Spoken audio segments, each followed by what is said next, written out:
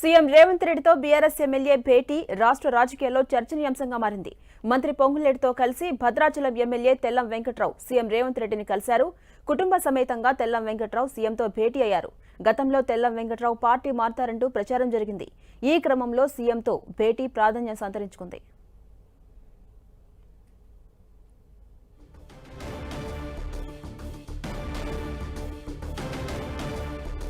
ఇదే అంశంపై మరింత సమాచారం మా ప్రతినిధి సైదులు అందిస్తారు. సైదులు, బీఆర్ఎస్ పార్టీకి ఉన్న ఉమ్మడి ఖమ్మం జిల్లాలో ఏకైక ఎమ్మెల్యే భద్రాచలం. ఆ భద్రాచలం ఎమ్మెల్యేకి సంబంధించి తెల్లం వెంకట్రావు మొదటి నుంచి కూడా ప్రస్తుత మంత్రి పొంగులేటి శ్రీనివాసరెడ్డి ప్రధాన అనుచరుడిగా ఉన్నటువంటి పరిస్థితి. వైసీపీలో ఉన్నప్పుడు పొంగులేటి వెంటే ఉన్నారు. ఆయన తర్వాత ఆయన బీఆర్ఎస్ లో చేరిన తర్వాత కూడా బీఆర్ఎస్ లో చేరారు. తిరిగి కాంగ్రెస్ లోకి వచ్చిన తర్వాత కూడా కాంగ్రెస్ నుంచి తిరిగి మళ్ళీ బీఆర్ఎస్ పార్టీలోకి వెళ్లిన పరిస్థితి అవుతుంది. ఈ నేపథ్యంలో జరిగిన ఎన్నికల్లో ఆయన బీఆర్ఎస్ పార్టీ నుండి పోటీ చేసి విజయం సాధించారు. ఆయన గెలిచిన వెంటనే కాంగ్రెస్ తీర్థ పుచ్చుకుంటారనే పెద్ద ఊహాగానాలు కూడా కొనసాగా ఆయన 10 టీవీతో మాట్లాడుతూ కూడా తాను పార్టీ మారే అవకాశం లేదు అని కూడా చెప్తున్న పరిస్థితి అయితే కనిపిస్తుంది. అదే ఇప్పుడు మాత్రం కుటుంబ సమేతంగా పొంగులేటి శ్రీనివాసరెడ్డి మంత్రి పొంగులేటి శ్రీనివాసరెడ్డి సహకారంతో సీఎం రేవంత్ రెడ్డిని హైదరాబాద్ లో కలిశారు. కుటుంబ సమేతంగా కలిసి అంటే భద్రాచలం నియోజకవర్గానికి సంబంధించి మొత్తం కూడా పెద్ద ఎత్తున నిధులు సాధించేందుకు, అదేవిధంగా భద్రాచల ఆలయానికి అభివృద్ధి చేయడం కోసం నిధులు కేటాయించాలని అంటే సీఎంను కలిశాను తప్ప పార్టీ మారడానికి కాదు అని చెప్తున్నప్పటికీ ఆయన పార్టీ మారతారన్నది కూడా స్పష్టంగా అర్థమవుతున్న పరిస్థితి అవుతుంది. ఆయన పార్టీ మార్పు విషయంలో కూడా చాలా క్లారిటీగా ఉంది. రానున్న పార్లమెంట్ ఎన్నికల్లో ఉమ్మడి ఖమ్మం జిల్లా అంటే మహబూబాద్ పార్లమెంట్ నియోజకవర్గం కావచ్చు, ఖమ్మం పార్లమెంట్ నియోజకవర్గంలో కూడా మొత్తం కాంగ్రెస్ 2 పార్లమెంటు సెగ్మెంట్లను కూడా గెలిచేందుకు వ్యూహాత్మకంగా అడుగులు వేస్తున్న పరిస్థితి ఉంది. పోటాపోటీగా అభ్యర్థులు ఎదుగుతున్న నేపథ్యంలో కూడా అభ్యర్థులు పోటీ పడుతున్న పరిస్థితి అయితే కనిపిస్తున్న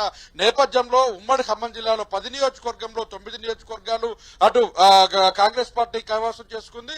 కాంగ్రెస్ పార్టీతో పాటు అలయన్స్ లో ఉన్నటువంటి సిపిఐ పార్టీకి సంబంధించినటువంటి కూననేని సాంబశివరావు కూడా కొత్తగూడెంలో విజయం సాధించారు. అయితే ఉన్న ఎమ్మెల్యే అంటే మొదటి నుంచి కూడా ఉమ్మడి ఖమ్మం జిల్లాకు సంబంధించి చూసుకున్నట్లయితే 2 పర్యాయాలు జరిగినటువంటి ఎన్నికల్లో ఉంటాయి. గతంలో 2 సార్లు జరిగిన ఎన్నికల్లో కూడా టీఆర్ఎస్ కు సంబంధించి ఇద్దరు సింగిల్ డిజిట్ గా పరిమితమైనటువంటి ఈ బీఆర్ఎస్ పార్టీ అభ్యర్థులకు సంబంధించి చూసుకుంటే ఈసారి కూడా సింగిల్ డిజిట్ గా పరిమితమైంది. ఆ ఒక్క ఎమ్మెల్యే కూడా ఇప్పుడు పార్లమెంట్ ఎన్నికలకు ముందే ఆయన పార్టీ మారుతారనేది కూడా స్పష్టంగా అర్థమవుతుంది. మరికొద్ది రోజుల్లోనే ఆయన పార్టీ మార్పు పైన చాలా క్లారిటీ ఇచ్చే అవకాశం కూడా కనిపిస్తుంది. కానీ ఇప్పటి వరకు చూసుకుంటే తెల్లం వెంకట్రావు మాత్రం ఆయన పార్టీ మారడం లేదు, ఆయన నియోజకవర్గ అభివృద్ధికి నిధులు కేటాయించడం కోసమే తను కలిశానని చెప్తున్నప్పుడు కూడా మొత్తం ఆయన అంచర వర్గం కూడా పెద్ద ఎత్తున కూడా చర్చ కొనసాగుతుంది. ఆయన పార్టీ మార్పు ఖాయమని కూడా స్పష్టమవుతుంది. దీనికి సంబంధించినటువంటి ప్రకటన కూడా మరికొద్ది 2 రోజుల్లోనే తను ఏ రోజు చేరుతారు పార్టీలో అనే దాని మీద కూడా స్పష్టత ఇచ్చే అవకాశం కనిపిస్తుంది. ఉమ్మడి ఖమ్మం జిల్లాకు సంబంధించినటువంటి